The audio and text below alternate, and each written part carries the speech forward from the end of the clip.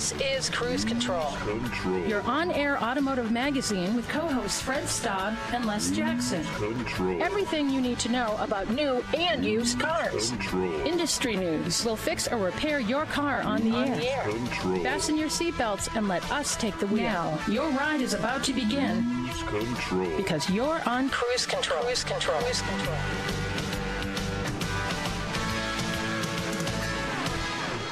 And welcome to Cruise Control, your on-air automotive magazine. Hello, everyone. It is Fred Staub and Les Jackson with you for an action-packed hour of automotive information, new models, new technologies, reviews, and a whole lot more. Right, Les? Absolutely true. We are, of course, the active lifestyle co-hosts. And I got my kayak right here. You can't see it. I have mine here too. If I just knew where the water was. But we have a lot of stuff not in water to talk about. So what do you think? Shall we start with the J.D. Power initial quality study? I think that is a great way to start. It's a lot of great information. We'll look at what brands aced it, and we'll also look at the new M5 from BMW. Great looking machine. Tell you about some of the technology in there. I'm not a super fan of the green, but doesn't matter. It's a great machine. 0 to 60 in like slightly over 3 seconds, I believe. Pretty impressive. And BMW, of course, is not the fastest car in the world, but right now I'm thinking about electric cars, and specifically what's delaying Volvo's EX30 affordable electric. It's just not coming. Yeah. We're waiting for it.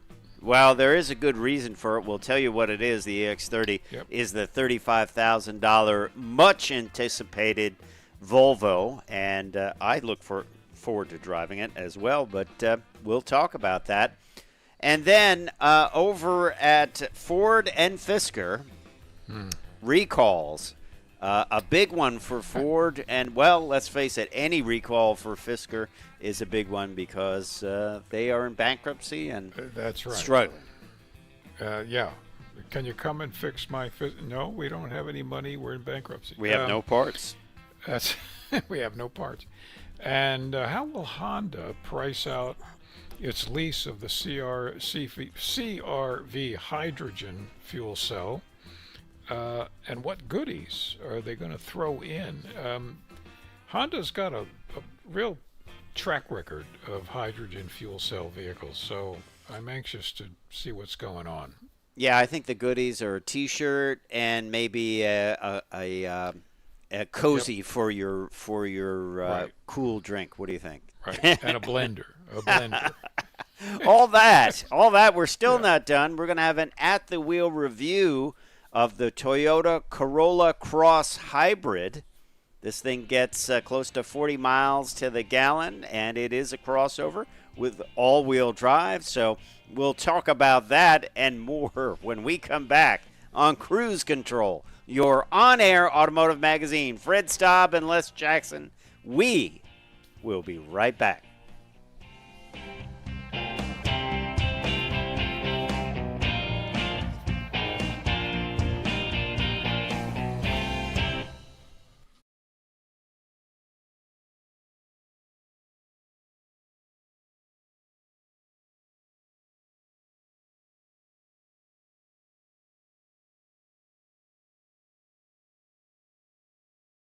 America was there for me when I came home. Join me in supporting our paralyzed veterans.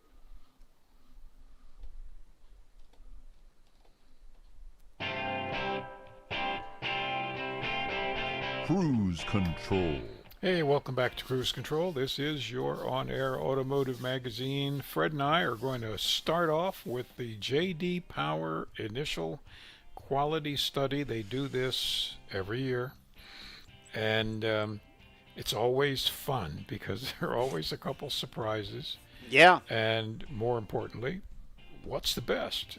So let's hit it. I'm hoping Yeah. I'm hoping what I'm just buying is at the top of the list. Well, there's a lot of takeaways here, and it is surprising that the introduction of new technology has challenged manufacturers to maintain vehicle quality. That's a quote from Frank Hanley, who is Senior Director of Auto Benchmarking at J.D. Power. He adds, however, the industry can take solace in the fact that some problem areas such as voice recognition, parking cameras are seen as less problematic now than they were a year ago. So what are some of the problems people in the study reported? Well, they have a frustration from false warnings, like a rear seat reminder designed to help owners avoid inadvertently leaving a child or a pet in the rear seat.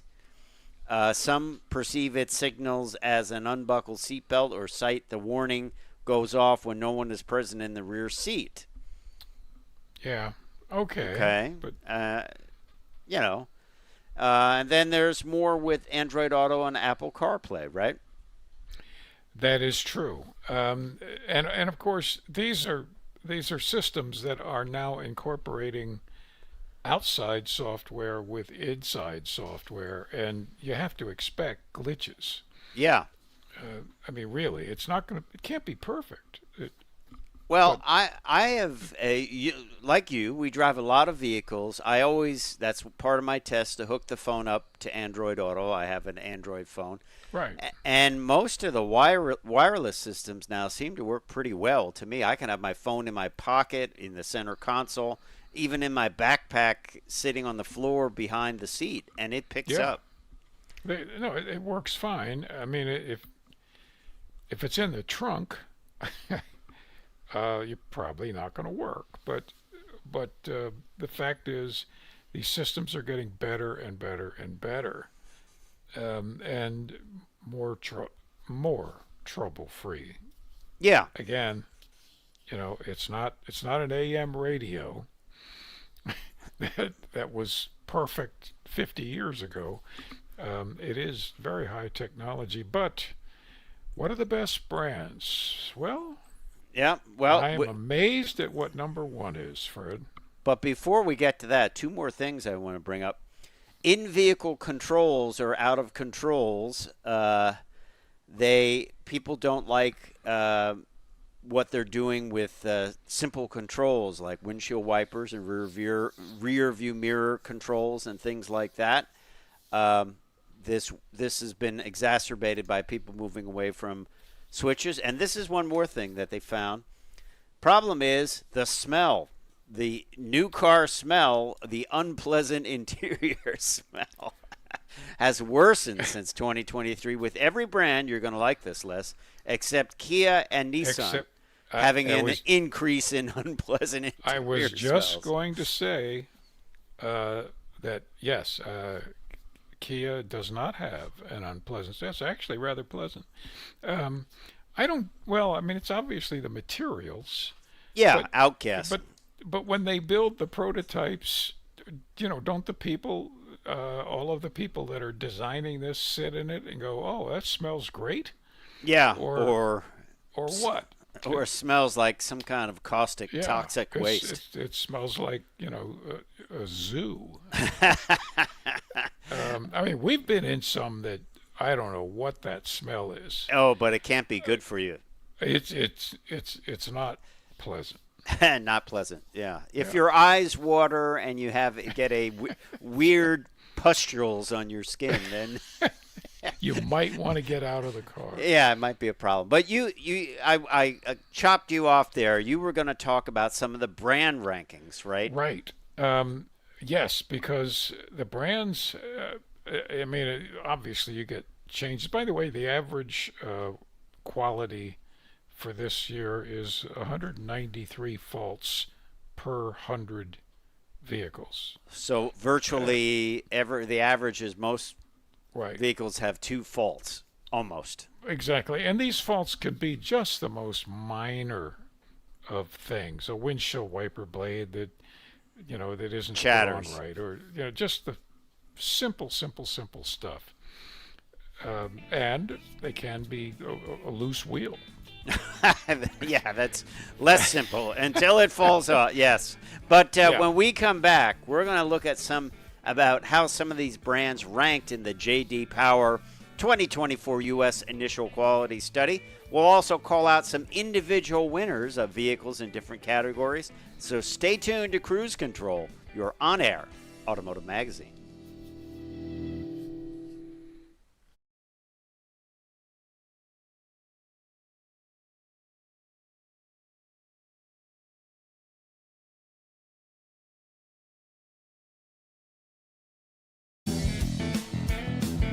Cruise Control. And welcome back to Cruise Control. We're taking you on a ride around the J.D. Power U.S. Initial Quality Study. Told you about some of the things that were getting people upset on new cars. And now it's time to look at the top brands and some of the picks for the most trouble-free new vehicles, right, Les? And Yep, absolutely. you start at, I don't know where number 10 is on this list, but Ford ranked pretty well, didn't they? Yeah, it's about number 10, as a matter of fact. Yeah, Lexus, Porsche, typical top players, right? What are the next ones? Right. Well, the next one, though, is Nissan, which I haven't seen highly ranked in quite a while. No? Followed by Buick, which usually does pretty well. And from there, in fourth place is Kia, which is no surprise whatsoever. No, they are doing great. Yep, and Hyundai, the sister company, number 3. Then Chevrolet, how about that? Yeah. Chevrolet, and number 1, Fred. What were you surprised by this?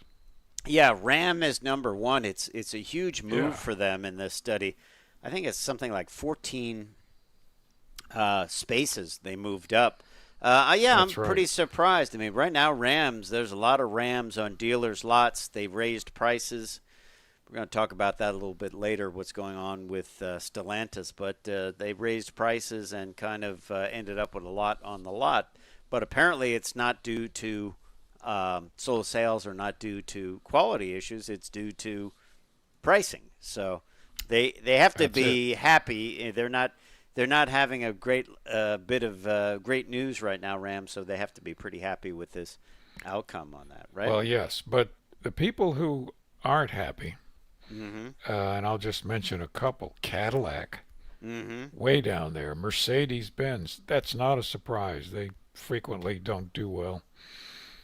Jeep, they used to be higher. They're all down, like 20, 22, 25.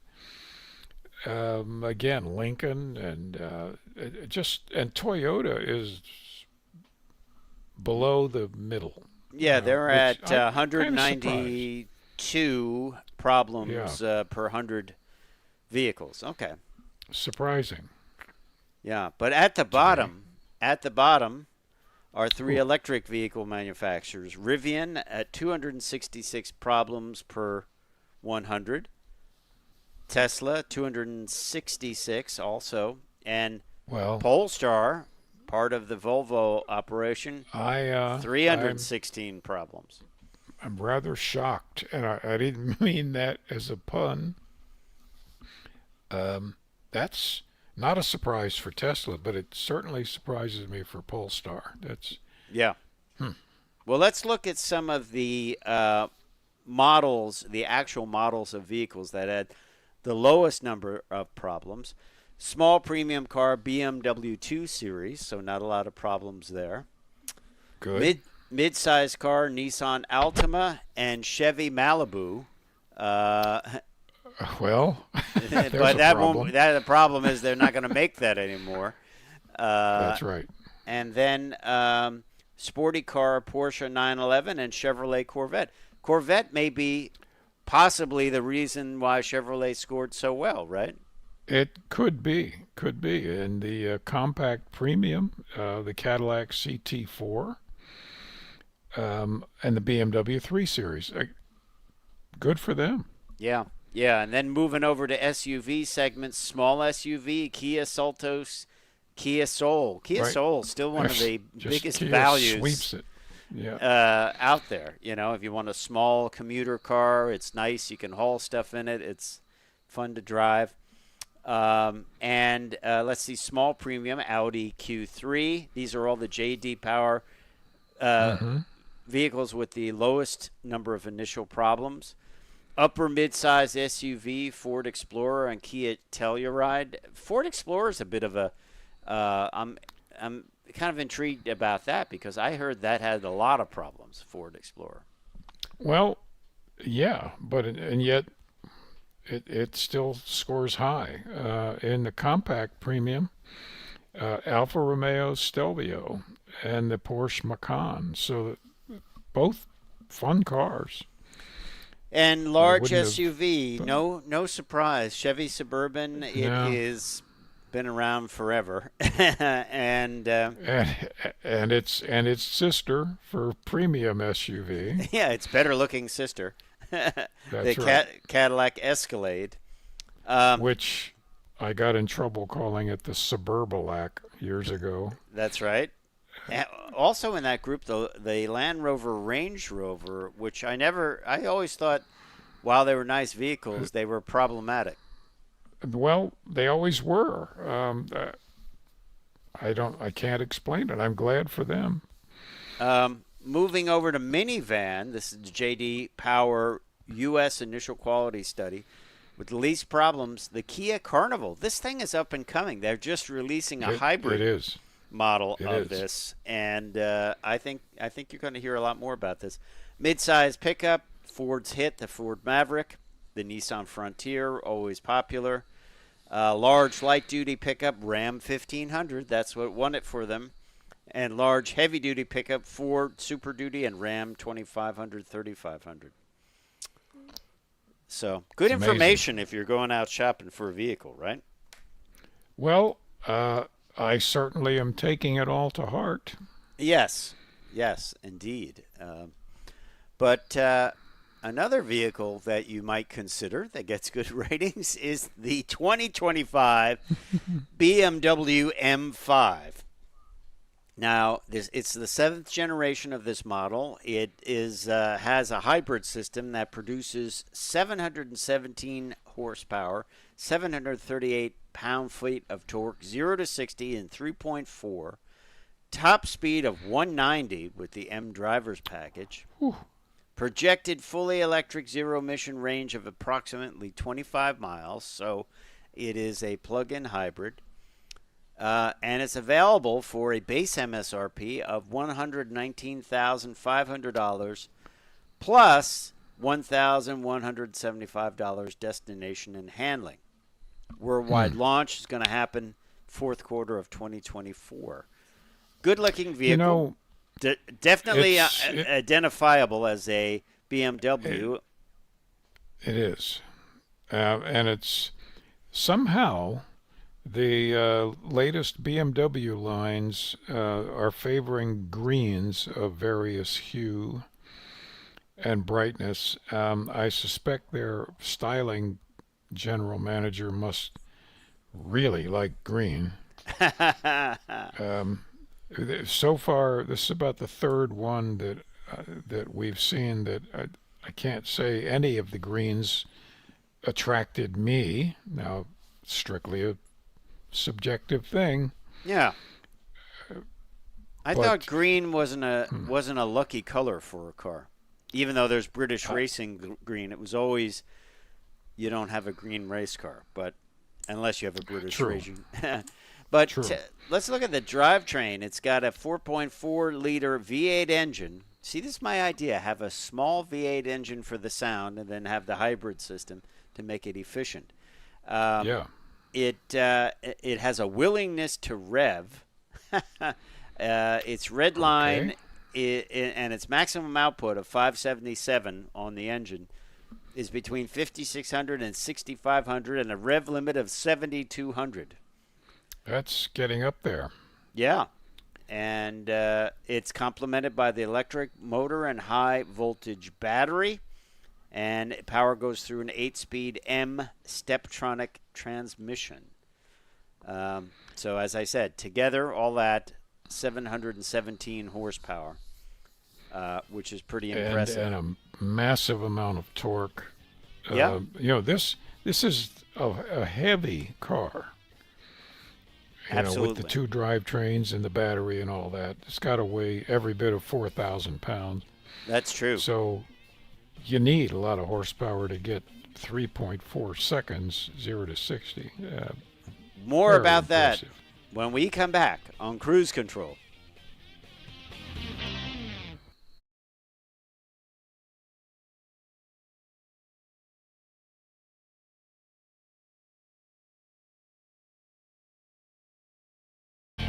Cruise Control.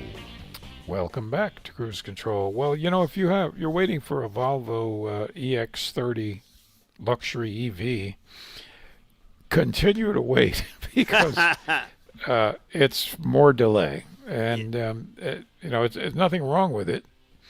It's just that they've shifted their operation. Yeah, EX30 is supposed to be the $35,000 Volvo all-electric vehicle. Kind of fun styling, also kind of a neat interior, small, and as far as EVs go, I'll use a James May cheap and cheerful approach. Yeah. But great-looking little vehicle, all-electric. I'm sure it's super safe. But what happened was they had planned to build it in China. And because Volvo is owned by Geely, which is a Chinese company. Instead, because that there will be like 102% tariff on anything imported from China, instead they're going to build it in Ghent, Belgium. And they target a 2025 target delivery date has been announced. And, of course, this has been slowed because they have to build up the plant there, get production, run pre-production models, right? So this has put a kink in it, but it's still going to be a cool, affordable, safe car, and it looks fun. I'm not a fan of the tablet style in EVs, but I'd like to drive it. I do like the kind of the speckle paint interior on the door cards and some of the other styling. But I think it'd be fun to drive. Will they be able to not build it in China and still hit that $35,000 price point, Les? What do you think? Well, if they do, then and maybe they'll do that initially. But that being the case, I don't think they'll make a profit on it. But there's no choice. For the long term, you have to plan, to be where you can keep making it. And just think of how difficult it is at the last minute to say, well, let's close the factory here and move it to Belgium. Right. This is not a simple thing. And train everybody up and boy, get all the machinery. Remember, you and I talked to some of the engineers when they were changing machinery over at a plant, and it is massive. It's a massive undertaking. And then the most expensive part of a factory, especially setting up a new one, is the paint system. Yes. Wow, that's really expensive. So the fact they can do it that quickly, I'm impressed. Yeah, absolutely. Let's talk recalls. Never great to talk about them, but you got to talk about them. Fisker, 12,000 Ocean vehicles. That's their brand, their model Ocean. Yep. Door handles that don't work. They can stick and fail to open. And this is their third recall this month. They are bankrupt. I don't even know how they'll do this and where they will bring them back. Do they have parts? Maybe someone will go in there with some files and just file off parts to make it work. I don't know. What do you think about that? I'm going to I would not want to be in their shoes remotely. I think they're really in trouble. I know a couple. She has a Tesla 3 and he has a Rivian. And I'm going to ask them, what do they think? Yeah. Mm-hmm. I'm anxious to see how nervous they are. I don't think they can afford to even do the recall. No, and I don't know how that works if you can't afford to do a recall. You're mandated to do it. But a company that can afford it but doesn't like doing it, 500,000 F-150 pickup trucks could blow up their transmissions for no reason. What's happening is there's a sensor, powertrain control module, an intermittent signal loss from the powertrain control module. It can throw the truck into first gear at highway speeds. Wow. What interesting things happen then, don't they? They sure do. The engines rev way up above red line, and then they break. When you inadvertently put the thing into first gear at high speed, it's called money shifting, because you're shifting money out of your wallet. Exactly. Because now the car is spinning the engine up. Yeah. Mechanically. Yeah. And you reach a point, in some cases where the crankshaft goes sinusoidal and parts just fly everywhere. I don't like the concept of sitting over the transmission and it blows. No, I don't either. And comes through the floor, That's right. Yeah. Not a good thing. And why would it do that? They say it's basically pretty simple. There's a malfunction they feel in the connector, the wiring, corrosion, contamination, power short to ground, incorrect outputs.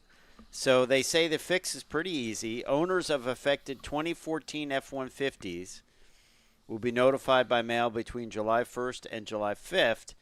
And they'll do a PCM calibration update, and they'll clean up these connectors, and hopefully that solves it. But these are 2014 F-150s. So there you have it. It's I love this. Part of this article is it says there was one individual was faced with a $42,000 repair bill after mistakenly putting his GR Corolla into first gear. How could it be so high? The car isn't worth anywhere near that. I have no idea, and that is a great point. That is a great point. Yeah. You can't make it. But even if you just then scrap the car and buy and give them another one, right?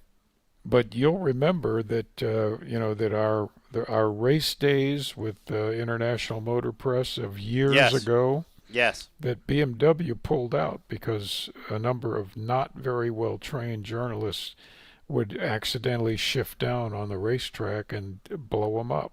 Blow them up. Yes. Riding clutches too was a big thing, and we're not using clutches. It would come into the pits and they'd smell like brakes and clutch. They sure did. And I was like, wow, woo, that smells. Yeah. Anyway. Well, a clutch is not a problem on this next vehicle. That is the Honda fuel cell vehicle. It is built around their CR-V. And we got some more information on this. I really want to drive this, actually. But where I'm at, it might be a little bit of a problem because it's only going to be sold in, not even sold, it's only going to be leased in California. Yeah. And lease options including 3 years, 36,000 miles for $459 per month with $15,000 of fuel credit. That's pretty cool. That's a lot of credits. As far as leases go, $459 is not bad, is it? Pretty cheap. Yeah. Yeah, that's kind of not much different from a Corolla. Yeah. The 2025 Honda CR-V FCEV received a 270-mile EPA driving rating, combining an all-new U.S.-made fuel cell system along with plug-in charging capability. So this is a plug-in fuel cell, which will give you 29 miles of all-electric range, and then the fuel cell powers up, and the hydrogen fuel cell generates its own electricity, and you go from there, right? Now, do you get the 29 miles on top of the 270, or is that part I'm of not it? sure whether that's combined or not. I think that's total. Could be. The attractive lease terms also include 21 days of access to a rental vehicle from Avis while in California, 24/7 roadside assistance, and eligibility for California's Clean Air Vehicle stickers, which you can get single occupant access to the high speed lanes if you want. This is pretty cool, isn't it? And it looks every bit like a CR-V. It just, you wouldn't know the difference. Except it's, yeah, you would not know when you drive it what it is. Yeah. I mean, I've driven hydrogen fuel cell vehicles, and they're just regular car. Yeah, pretty cool. It's going to be no emissions. Going to be built right here in the U.S. in Marysville, Ohio. So we'll keep you up to date on that. When we come back, though, we're going to have an at-the-wheel review. This time it is the Toyota Corolla Cross Hybrid. So stay tuned to Cruise Control.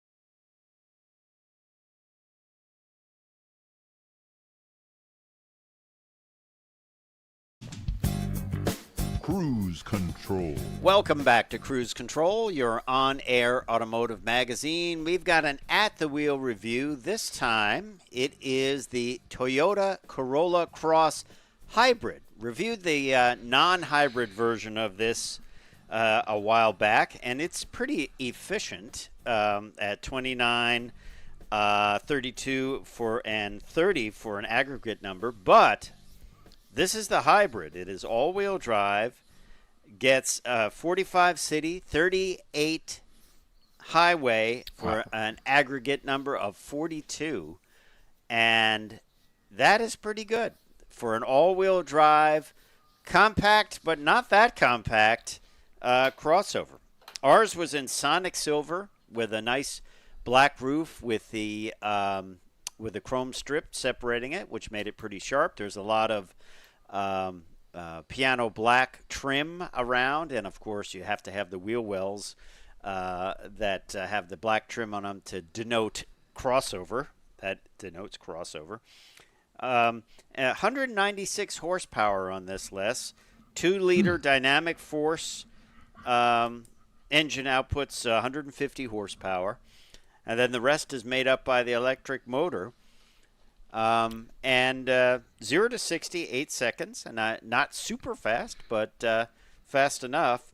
Max towing of 1,500 pounds, which is not bad. So on the inside, hey, if you've been in a Toyota Corolla, you would recognize this. They have the mixed media seats, which is cloth and pleather of some kind.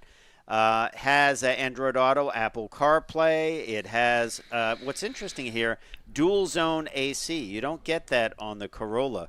Normally, you only get one zone. Heated front seats, a very simple switching system for them, and a wireless phone charger, electronic parking brake, hill hold. Nicely appointed. A couple of more power points inside the console, which is always good. And as I say, it looks like a Corolla on the inside. The dash is very deep. You have to get used to that. It is because the windshield has a pretty good rake to it, but the dash is pretty deep. Out back, we found the legroom to be a little bit tight, but you still have those nice mixed media seats. Pretty basic back here. A couple of USB ports. That was about it. Fair amount of black hard plastics. Do get a cup holder in the door card, which is pretty nice. Rear seats fall virtually flat, always a plus. So you have a flat load floor. There's like a little flap that goes between the two segments. Clean interior, has pretty much all you need. You don't get a heated steering wheel. That's not available. A lot of black plastic, but remember, this is based off of a affordable car. Blacked out nameplates too, if you like that. I found the rear area to be nicely finished. It's got the JBL stereo, subwoofer there, pretty good storage, pretty nice high-end plastics, rollout, cargo cover, and even the cargo net had a little bag to keep it in. No spare tire in this. You just get the inflator kit. That's where the battery lives, underneath the load floor there. Underneath the hood, as I said, it's got that 2-liter dynamic force engine, 150 horsepower. You kick in the motor, and that kicks it up to 196 horsepower. The non-hybrid version of this was a little bit pokey. Not so much for the hybrid. That is pretty good acceleration. I never felt like I needed to really crowd it. That electric motor really helps out. Very, very nice styling, though. I like the two-tone. I like the Sonic Silver. It is fairly traditional as far as its silhouette. It looks like the rest of the Toyota lineup. Toyota tends to play it safe, and they have in this case, but it's a great idea to combine a well-known nameplate and take it into the CUV world, and not only that, have a small vehicle that also gets great mileage, gets the mileage of a small, sedan, but it is all-wheel drive. Now let's look at the pricing on this. The base price on the Corolla Cross Hybrid, this is the XSE, the top-line version, is $31,405. The Sonic Silver and Jet Black Roof Combo, which is quite attractive, adds $500. And then the interior color, which is black and blue Softex, what they call mixed media, $0. The convenience package, which added in things like the great JBL stereo, which I believe has 425 watts of power, adaptive headlights, 50-state emissions, and more, $2,665. Delivery, processing, and handling, $1,350. Total amount, as tested, $35,920. Now, that's about average if you think about it. A hybrid, as I say, hybrids are typically around $35,000. And if you want a plug-in hybrid, plan on adding another $5,000. It's somewhere in the upper 30s, low 40s, roughly.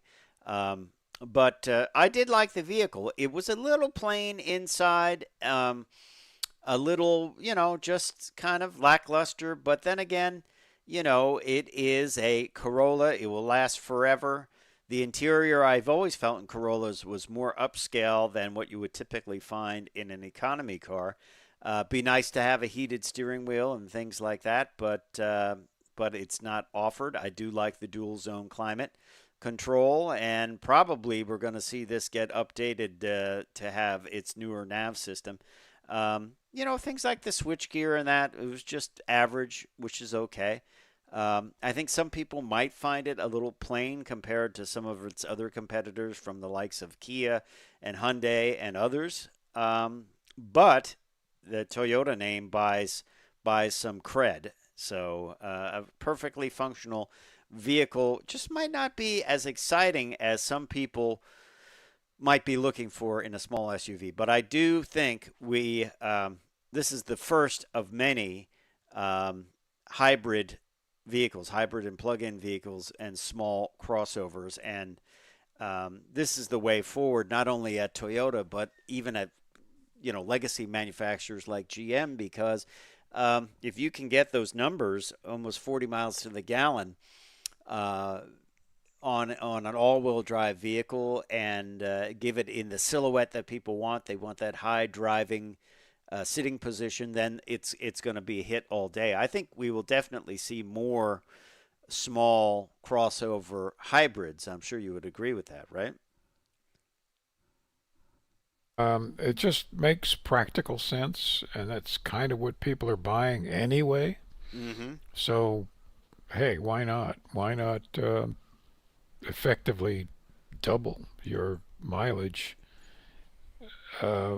with a with a hybrid and drive it for 15 years? Yes, these are all built on the high-strength TNGAC platform, and this is the 5th generation hybrid system. So you can't go wrong with a Toyota hybrid system. 5 generations of that is pretty cool. Standard Toyota Safety Sense 3.0, which gives you all kinds of things. Lane recognition, lane departure, steering assist, lane tracking assist, full range dynamic radar cruise control, lane departure alert. I mean, it goes on and on and on. Automatic high beams.